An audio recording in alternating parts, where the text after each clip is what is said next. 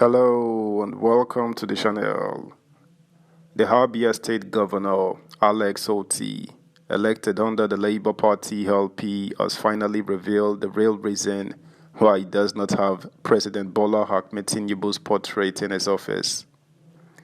It is customary for every public official to hang a picture of the president in his office, but being an LP candidate and seeing as the party's stance is that they do not recognize Tinubu as president until after the tribunal, not having the president's portrait is already raising a few dust. Subscribe, like, share, and comment. Thank you. Why we don't have Tinubu's portraits in our offices? Abia Governor.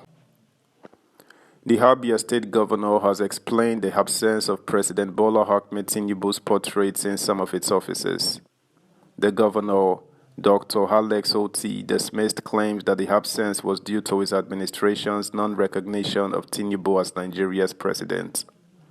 Oti was reacting to some online reports over the absence of the president's portraits in some offices within the government house.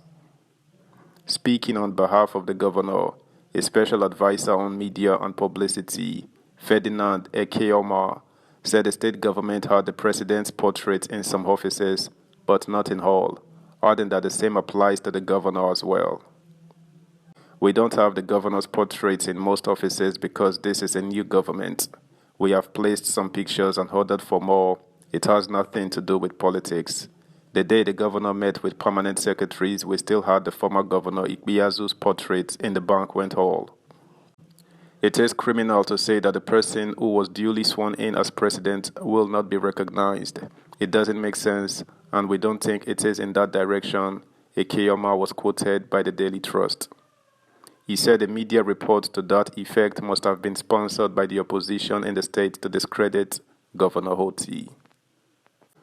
Meanwhile, the All Progressives Congress, APC chieftain Femi Fani-Kayode has said the opposition parties are not only petty, abusive and power-crazed, but also suffering from a low intelligence quotient. Nigeria News reports that the former Minister of Aviation made the assertion while berating the Abia State Governor Alex Oti for his alleged refusal to use the portrait of President Bola Tinubu on his office wall. FFK also slammed the Osun State Governor, Ademola Adeleke, for how thugs attempted to shove a leading member of the APC and former senator out of his seat. According to him, both the Labour Party LP and People's Democratic Party PDP lack respect for constituted authority and God. In his words, wonders never cease. Firstly, the articulator governor of Osun State and his unruly and violent thugs tried to do a power show in a place of worship in Oshogbo and attempt to shove a leading member of the APC and former senator out of his seat. Secondly, the obedient governor of Abia State refuses to put the president's official portrait on his office wall or in his official residence, claiming that Tinubu is not his president. These are the sort of things that happen when inexperienced, neophyte, and flippant souls are put in positions of power. The opposition in Nigeria, whether articulator or obedient, are not only petty, pitiful, power-crazed, abusive, and indisciplined, but they also suffer from a low intelligence quotient. They lack respect for constituted authority, the Nigerian Constitution, and Almighty God. No wonder we trashed them in the presidential election. Both God and common sense left them long ago. Subscribe, like, share, comment, and please turn the notification bell on. Thank you. Meanwhile, in other news, President Bola Tinubu says that the current policies being taken by the administration was targeted at engendering a successful economy and secure the nation. A statement by Mr. Dele Alake, Special Advisor to the President, Special Duties, Communication and Strategy, disclosed this on Tuesday in Abuja. The president said that the administration was on the pathway to success in spite of the challenges facing the country. While receiving the visiting Bank of America officials, the president added that the country has no reason to fail the rest of the African continent. He said that the government was committed to instituting reforms that would engender the sustainable growth and development of the country. We believe we are on the right track so far. We believe we need all the help we can get, the president said. Tinubu urges the bank's management to support and partner with the government in order to advance mutual benefits for Nigeria and the financial institution. He said that governance and development challenges facing the country cannot be addressed without fiscal and institutional reforms. 21st century actions on climate change, finance, and innovation are intertwined. Having a good platform and believing in innovation will help in undertaking reforms and tackling the issues.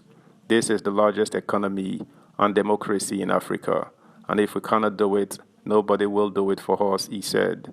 Tinubu also called on the bank and other willing financing institutions to help the country in ensuring that Nigerian gas compete favorably in the global market as a viable source of alternative revenue. In his remarks, the leader of the delegation and president of the International for Bank of America, Mr. Bernard Mensah, lauded the initial steps taken by the new administration. He said that the steps are taking Nigeria back to its rightful place on the global stage. Mensah said the bank would assist the country address its immediate and long-term challenges, not only in the area of financing but also contributing with ideas. Mensah was accompanied on the visit by the head of Sub-Saharan Africa of the bank, Mrs. Yvonne Fashinro, and the head of investment banking Sub-Saharan Africa, Mr. Shuba Ezenwa. In similar vein, the Chinese ambassador to Nigeria, Xu Jianchong, on Monday promised that his country will give the needed support to the President Bola Tinubu-led federal government to ensure the development of the country. Speaking during a meeting with the Secretary to the Government of the Federation, George Akume, Jianchong gave the assurance that his country would help Nigeria with tested development strategies that would better the lots of Nigerians. According to a statement by the Director of Information OSGF, Willie Bassi, Jianchong presented 3 documents containing developmental strategies that the country could adopt. The statement partly read, "The Chinese ambassador to Nigeria, Xu Jianchong, while presenting 3 documents to the SGF, assured Nigeria of the commitment of the government of the People's Republic of China to support the administration of Bola Tinubu with the workable development strategies that will turn around the nation's fortune." That's the news, guys. Thanks for listening. Until next time, bye.